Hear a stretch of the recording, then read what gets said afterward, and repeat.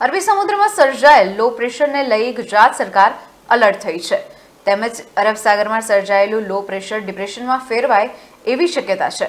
આગામી 7 દિવસ ગુજરાતમાં ગાજવીજ સાથે ભારે વરસાદની આગાહી છે.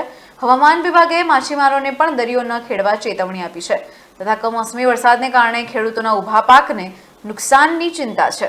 છેલ્લા કેટલાક દિવસોથી ગુજરાતમાં કમોસમી વરસાદ ખાબકી રહ્યો છે. ત્યારે ગત 24 કલાકમાં ગુજરાતના 55 તાલુકામાં કમોસમી વરસાદ ખાબક્યો હોવાના અહેવાલ પ્રાપ્ત થયા છે.